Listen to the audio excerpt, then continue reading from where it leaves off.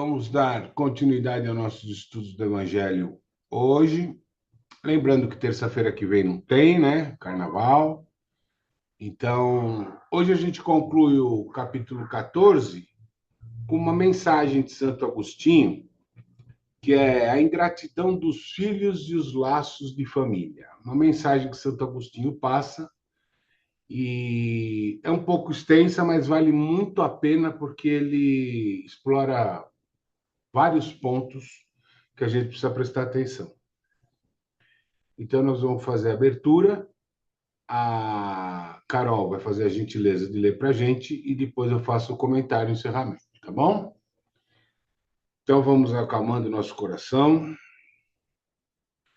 prestando atenção na nossa respiração, no nosso batimento cardíaco, elevando o nosso pensamento ao Cristo e dizendo: Irmão Jesus, é em teu nome que nos reunimos hoje para os nossos estudos semanais do Evangelho, no intuito de aprimorar os conhecimentos do nosso caminho evolutivo. E para iniciar os nossos trabalhos, vamos começar com a oração que o Pai nos deixou. Pai nosso que estás no céu, santificado seja o vosso nome, venha a nós o vosso reino, seja feita a vossa vontade, assim na terra como no céu. O pão nosso de cada dia nos dai hoje, perdoai as nossas ofensas, assim como nós perdoamos a quem nos tem ofendido. Não nos deixeis cair em tentação e livrai-nos do mal, porque teu é o reino, o poder e a glória hoje e sempre. Que assim seja. Vamos lá, Carolzinha. Então, vamos lá, finalizando o capítulo 14. Apesar do texto ser um pouco grande, pessoal, a leitura dele é muito fácil, tá? E ele traz questões muito importantes para a gente refletir. Então, vamos lá. Instruções dos espíritos, a ingratidão dos filhos e os laços de família. A ingratidão é um dos frutos mais imediatos do egoísmo. Revolta sempre os corações honestos, mas a dos filhos com relação aos pais tem um caráter ainda mais odioso. É sob esse ponto de vista, especialmente, que vamos encará-la para analisar-lhes as causas e os efeitos. Aqui, como por toda parte, o Espiritismo veio lançar luz sobre um dos problemas do coração humano. Quando o espírito deixa a Terra, carrega consigo as paixões ou as virtudes inerentes à sua natureza e vai para o espaço se aperfeiçoar ou ficar estacionário, até que queira ver a luz. Alguns, pois, partiram carregando consigo ódios poderosos e desejos de vingança insatisfeitos. Mas há alguns destes mais avançados que os outros. É permitido entrever algo da verdade. Eles reconhecem os funestos efeitos de suas paixões e então tomam boas resoluções. Compreendem que para ir a Deus não há senão uma senha, que é a caridade. Ora, não há caridade sem esquecimento de ultrajes e de injúrias. Não há caridade com ódios no coração e sem perdão. Então, por um esforço inaudito, olham aqueles que detestaram na terra, mas ante essa visão, sua animosidade desperta. Revoltam-se com a ideia de perdoar e mais ainda com a de se abdicarem de si mesmos, sobretudo a de amarem aqueles que talvez destruíram-lhe a fortuna, a honra, a família. Entretanto, o coração desses infortunados está abalado. Eles hesitam, vacilam, agitados por sentimentos contrários.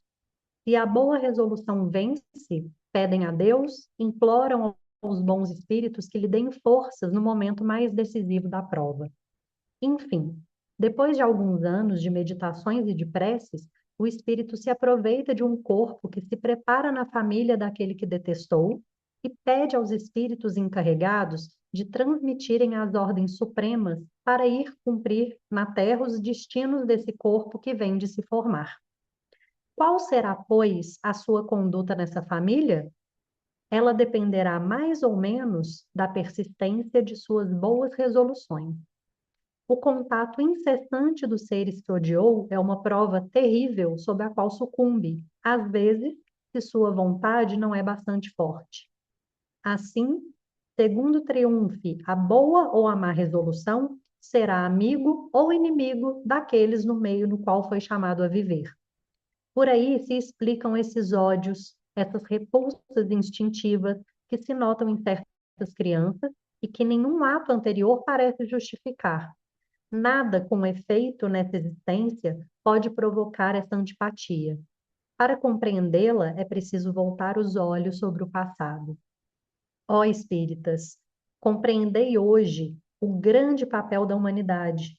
Compreendei que quando produzis um corpo, a alma que nele se encarna vem do espaço para progredir. Sabei vossos deveres e colocai todo o vosso amor em aproximar essa alma de Deus. É a missão que vos está confiada e da qual recebereis a recompensa. Se a cumprirdes fielmente, se a cumprirdes fielmente. Vossos cuidados, a educação que lhe derdes, ajudarão seu aperfeiçoamento e seu bem-estar futuro. Pensai que a cada pai e a cada mãe Deus perguntará: que fizestes do filho confiado à vossa guarda? Se permaneceu atrasado por vossa falta, vosso castigo será o de vê-lo entre os espíritos sofredores, ao passo que dependia de vós tê-lo feito feliz. Então, vós mesmos, atormentados de remorsos, pedireis para reparar vossa falta. Solicitareis uma nova encarnação, para vós e para ele, na qual o cercareis de cuidados mais esclarecidos e ele, cheio de reconhecimento, vos cercará de seu amor.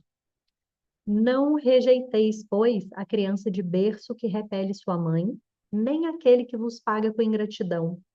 Não é o acaso que o fez assim e que vô-lo deu.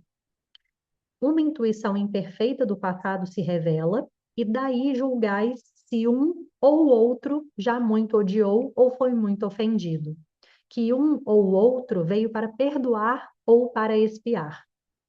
Mães, abraçai, pois, o filho que vos causa desgosto e vos dizei: um de nós dois foi culpado. Merecei as alegrias divinas que Deus atribui à maternidade, ensinando a essa criança que ela está sobre a terra para se aperfeiçoar, amar e bendizer. Mas há muitos dentre vós, ao lugar de arrancar pela educação os maus princípios inatos de existências anteriores, entretêm, desenvolvem esses mesmos princípios por uma fraqueza culposa ou por negligência, e mais tarde o vosso coração, ulcerado pela ingratidão de vossos filhos, será para vós, desde esta vida, o começo da vossa expiação. A tarefa não é tão difícil como poderíeis crer. Não exige o saber do mundo. O ignorante, como o sábio, pode cumpri-la. E o Espiritismo veio para facilitá-la, dando a conhecer a causa das imperfeições do coração humano. Desde o berço, a criança manifesta os instintos bons ou maus que traz de sua existência anterior. É a estudá-los que é preciso se aplicar. Todos os males têm seu princípio no egoísmo e no orgulho. Espreitai, pois, os menores sinais que revelem os germes desses vícios e empenhai-vos em combatê-los, sem esperar que lancem raízes profundas. Fazei como bom jardineiro, que arranca os maus brotos à medida que os vê desapontar sobre a árvore. Se deixais se desenvolverem o egoísmo e o orgulho, não vos espanteis de ser mais tarde pagos pela ingratidão. Quando os pais fizeram tudo o que deviam para o adiantamento moral dos filhos, se não se saem bem, não têm censuras a se fazer e sua consciência pode estar tranquila. Mas ao desgosto muito natural que experimentam do insucesso dos seus esforços, Deus reserva uma imensa consolação, pela certeza que não é senão um atraso e que lhe será dado acabar em outra existência a obra começada nessa, e que um dia o filho ingrato os recompensará com o seu amor. Deus não faz a prova acima das forças daquele que a pede. Não permite, senão, aquelas que podem ser cumpridas. Se não se triunfa, não é, pois, a possibilidade que falta, mas a vontade. Porque quantos há que, em lugar de resistir aos maus arrastamentos, nele se comprazem. A estes estão reservados os prantos e os gemidos em suas existências posteriores. Mas admirai a bondade de Deus, que nunca fecha a porta ao arrependimento. Chega um dia em que o culpado está cansado de sofrer, em que seu orgulho está enfim domado, e é então que Deus abre braços paternais ao filho pródigo que lhe lança aos pés. As fortes provas, entendei-me bem, são quase sempre o indício de um fim de sofrimento e de um aperfeiçoamento do espírito, quando são aceitas por amor a Deus. É um momento supremo, e nele, sobretudo, importa não falir murmurando, se não se quer perder-lhe o fruto e ter de recomeçar. Em lugar de vos lamentardes, agradecei a Deus que vos oferece ocasião de vencer para nos dar o prêmio da vitória. Então, quando saídos do turbilhão do mundo terrestre, entrardes no mundo dos espíritos. Nele sereis aclamados como soldado que sai vitorioso do meio do combate. De todas as provas, as mais penosas são as que afetam o coração. Alguém suporta com coragem a miséria e as privações materiais, mas sucumbe ao peso dos desgostos domésticos, esmagado pela ingratidão dos seus. Oh, é uma pungente angústia essa, mas que pode melhor nessas circunstâncias revelar a coragem moral que o conhecimento das causas do mal e a certeza de que, se há extrema aflição, não há desesperos eternos. Porque Deus não pode querer que a sua criatura sofra sempre? Que mais consolador, mais encorajador que esse pensamento de que depende só de si, de seus próprios esforços, abreviar o sofrimento, destruindo em si as causas do mal? Mas, para isso, é preciso não deter o olhar sobre a terra e não ver senão uma única existência. É preciso se elevar, planar no infinito do passado e do futuro. Então, a grande justiça de Deus se revela ao vosso olhar, e esperais com paciência, porque entendeis o que vos parecia monstruosidades na terra. As feridas que nela recebeis não vos parecem mais do que arranhões.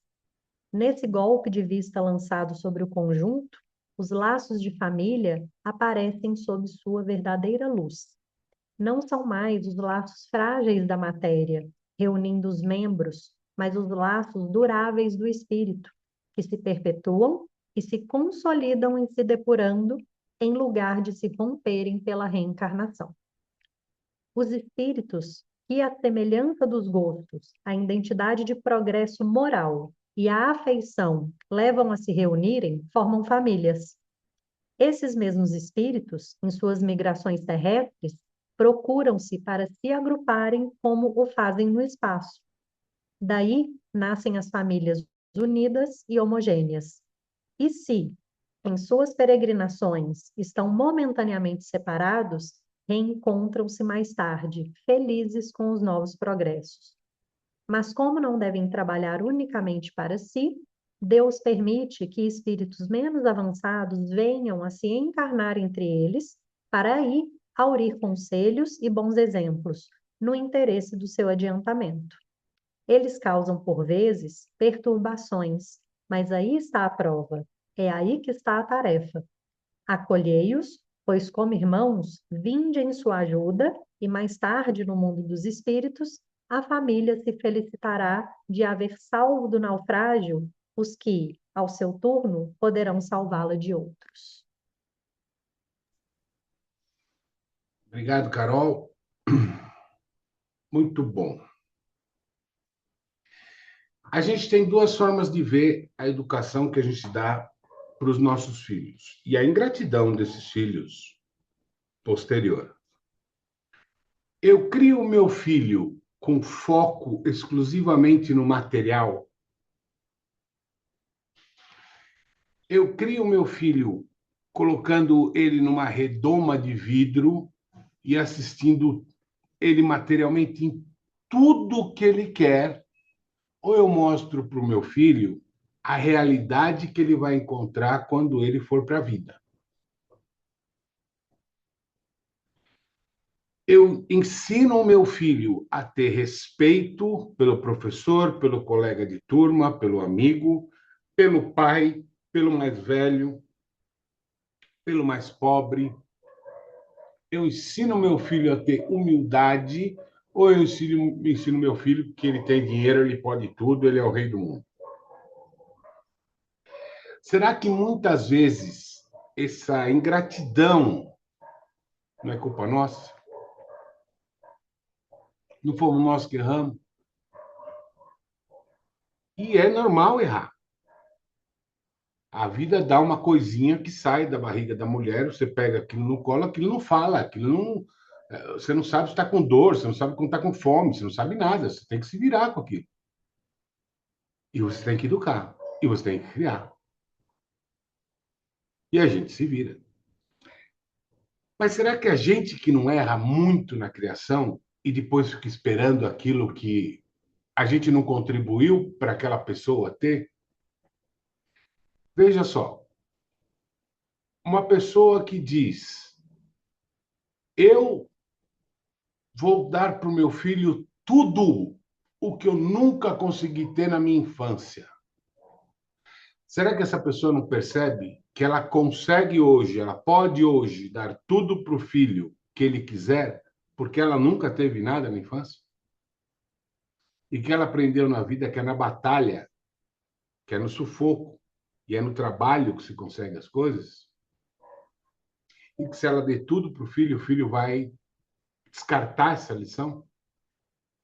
Então, ele vai ensinar tudo o que ele aprendeu na vida ao contrário para o filho.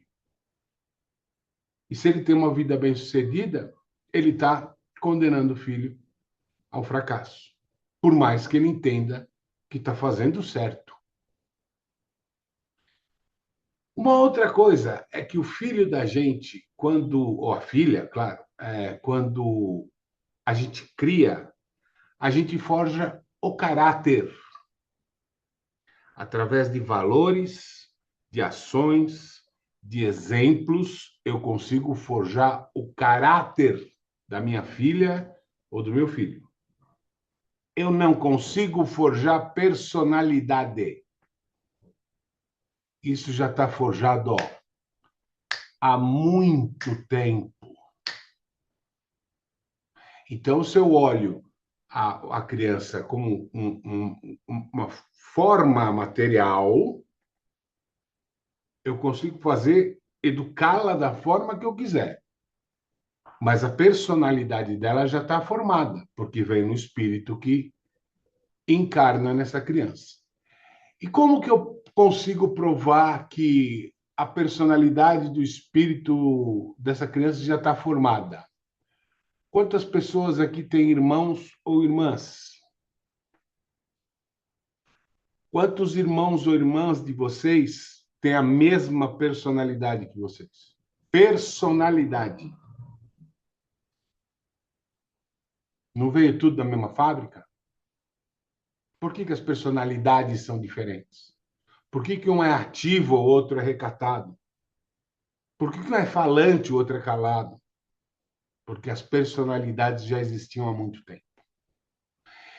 Então, se eu estou com o meu filho, que recebe um espírito com uma personalidade que eu não conheço, eu não posso esperar que a forma de gratidão do meu filho ou da minha filha seja aquela que eu ficaria grato.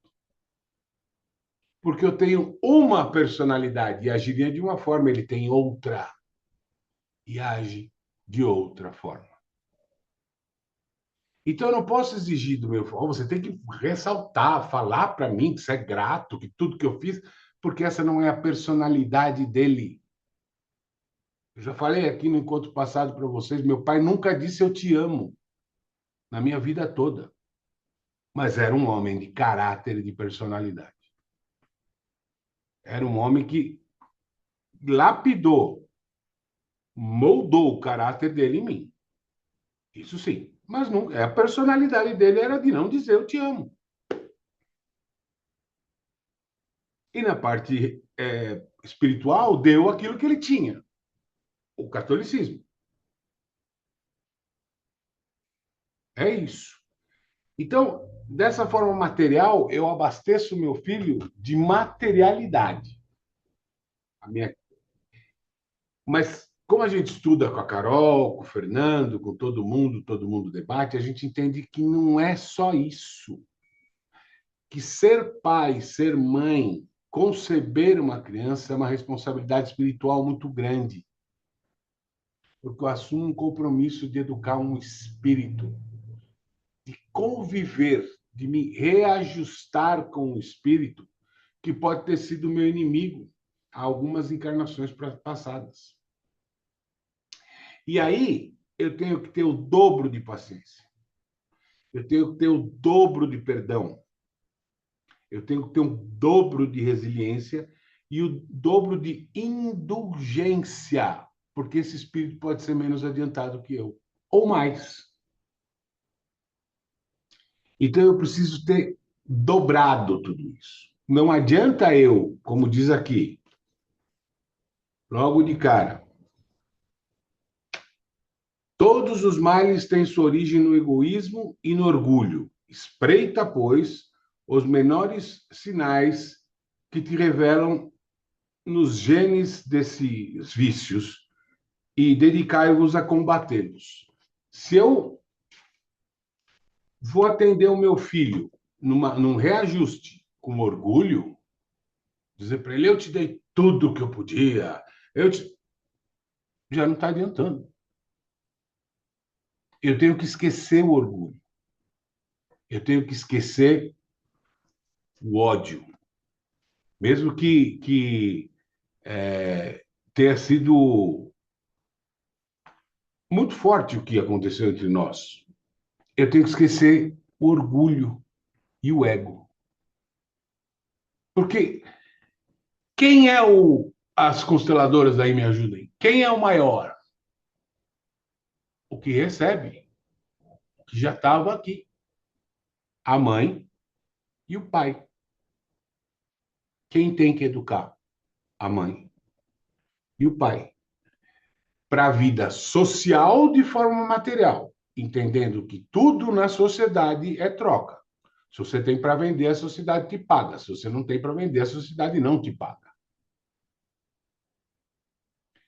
E da forma espiritual, esse reajuste que provavelmente está sendo feito entre você e ele. Então, se eu tenho, você me tratou mal, mas aí eu estou tendo orgulho, eu estou tendo ego, porque eu merecia ser melhor tratada, eu merecia ser melhor tratado. Ego, vício, bobagem.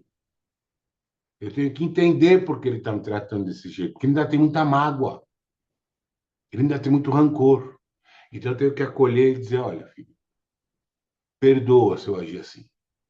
Por mais que eu esteja certo, porque ele vai começando a entender que eu estou disposto a esse reajuste e esse reatamento. Quando a gente dá muita coisa para os nossos filhos, dá de tudo, de tudo, de tudo, quando chega lá na frente na vida, que eles encaram, a vida vai falar, malandro, aqui isso é número. Se fez, fez, não fez, vai morrer de fome. Quem que vocês acham que eles vão culpar por não ter ensinado isso para eles? A gente. Então eu posso achar que eu estou dando tudo do bom e do melhor do meu filho, preservando ele das maldades da vida, mas uma hora ele vai ter que viver por conta própria. E aí o bicho vai pegar pro lado dele. E aí? Como é que fica? Hoje, ser pai e mãe deve ser até mais complicado. Na época do meu pai, o conselho padrão era faz datilografia, cursa uma faculdade e vai ser funcionário público. Quando meu filho tinha 13, 14, 15 anos, no auge dos hormônios, no auge da descoberta sexual, era o auge da AIDS. E até então era uma doença incurável e que matava as pessoas que contraíam, como matou vários ídolos nossos, da música, da TV. E como é que você lida com isso? Se vira.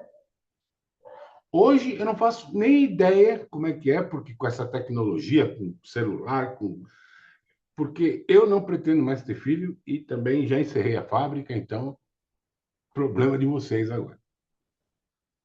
Mas o principal, gente, é isso aqui. Até ele fala aqui no final, né? Que Deus permite que os menos instruídos nasçam entre a gente, para que a gente, por exemplos, né? Não adianta falar, tem que dar exemplo de moral, de valores, ele consiga entender e ensinar. E aí esses caras vão ser os salvadores de outras pessoas que não estão precisando lá atrás, no futuro, porque eles aprenderam com a gente. Esse é o ciclo. Então eu me reajusto, ele aprende e eu lá na frente, ele lá na frente ensina os demais. Então a visão materialista atrapalha demais quando trata de filho. Ah, porque eu amo, vou dar tudo que ele precisa. Deve dar tudo que ele necessita, tudo que ele precisa, mas não tudo que ele quer. Vocês estragam. Vocês dificultam a evolução, vocês dificultam a vida dele. Por mais que tenha dinheiro. Ele tem que entender que a sociedade é uma troca, ela, né, também. E forjar o caráter. Esse é nosso papel. E nosso papel é educar espiritualmente. Quando a gente estuda o espiritismo, a gente entende que não é só gerar, tem que educar fisicamente, espiritualmente. Que não adianta eu me matar também de trabalhar das 8 às 11 da noite para dar tudo para o meu filho e não ir num jogo de futebol dele, não ir numa apresentação dele na escola, não ir fazer parte da festa junina dele. O que ele quer é o pai do lado. Ele não quer dinheiro. Então é um momento de muita reflexão agora, porque a maioria das ingratidões a gente tem que parar e refletir. Esquece o ego, esquece o egoísmo, né? E pensa, será que eu não sou responsável por isso? E aí eu tenho como remediar com o espírito? Ao invés de falar, não, eu merecia muito mais, desce do degrau e pergunta, será que isso não acontece por minha causa? E a personalidade desse espírito faz com que ele reaja desse jeito? Muito bem. É isso por hoje. Vamos encerrar aqui e vamos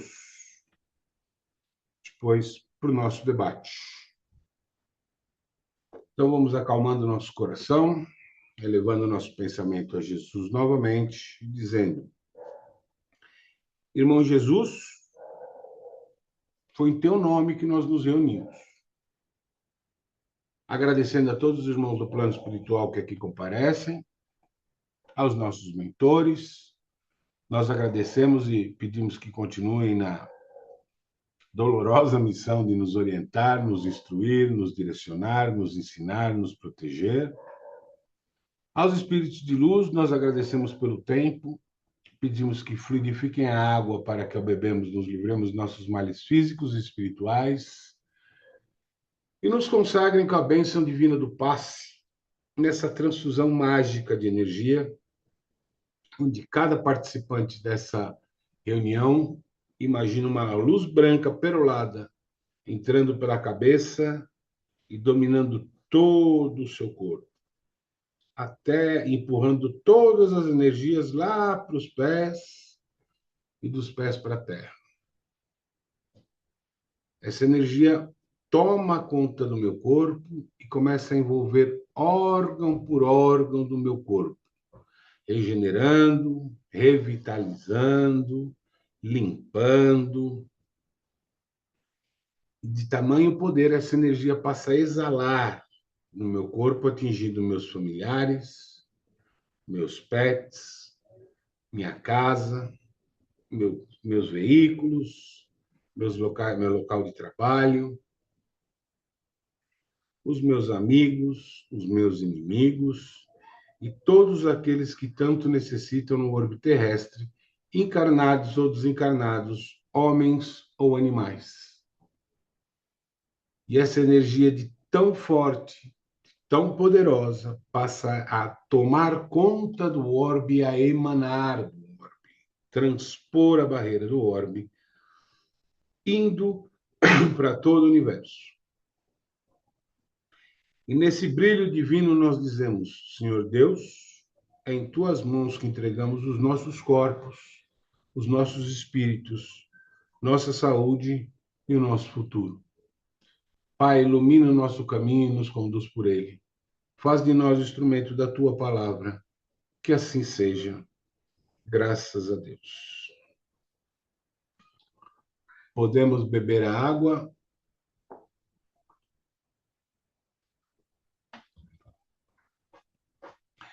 Por hoje é isso. Fiquem todos com Deus e sempre na mais alta vibração. Beijo! Muita luz no caminho de todos vocês. Beijo, beijo.